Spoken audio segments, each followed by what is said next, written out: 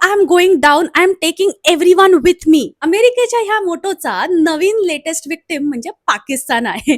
असं ते I explain. पण ज्यांना माहित नाहीये त्यांच्यासाठी क्विक म्हणजे की युएसला ऑइल हवं होतं आणि ऑब्व्हियसली आता 5 कंट्रीज ज्यांना स्ट्रेट ऑफ हॉर्मुझ ओपन केलाय त्यामध्ये युएस नाहीये पण पाकिस्तान आहे. सो युएसने काय केलं की पाकिस्तानच्या फ्लॅगच्या अंडर 8 ऑइल शिप्स युएसला पोहोचवल्या विथ पाकिस्तान ब्लेसिंग्स ऑफकोर्स. पण त्यामुळे सगळे जण आज बोंबाबोंब करतायत आणि वेडं वाकडं झोडतायत विध्वंसपटू देशाला. कसा पाकिस्तान फ्रॉडच आहे, कोणाचाच नाहीये, सगळ्यांनाच धोका देतो वगैरे वगैरे. मग आज इराणनी काय केलं की खरं तर त्यांनी दिली ना परमिशन पाकिस्तानला, तरी रिटॅलिएशन म्हणून स्ट्रेट ऑफ हॉर्मुझ मधनं पाकिस्तानी शिप एक जात असताना त्याला बॉम्ब केलं. ह्यावर पाकिस्तान चिडलं आणि इस्रायलला म्हणताय बरं का की तुम्ही बघत राहा, आम्ही काही कतरी नाही होत, आम्ही इराणची धज्जा उडवू एक्सेट्रा एक्सेट्रा.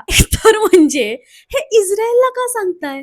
दुसरं म्हणजे तुम्ही इराणचं काय बिघडवू शकणार आहात? आणि मेन म्हणजे मधल्या मध्ये कतारला का ठोकला? आणि this is popcorn level gossip for us. मी म्हणले तसं ते डब्यात जातातच आहेत.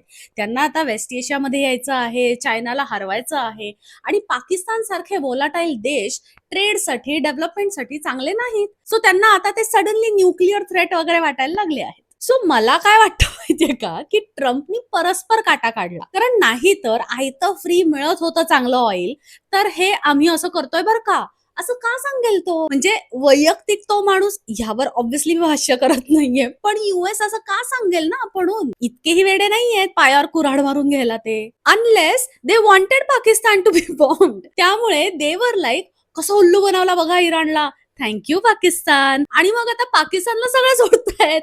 विचार करा काय गेम झालाय पाकिस्तानचा. कारण ह्या सगळ्या ह्याच्यामध्ये युएसला कोणीच ह्यावरनं काही बोलत नाहीये. Popcorn with reclining sofa seat level stuff. For the real decode behind the geopolitical headlines, follow DP with breads.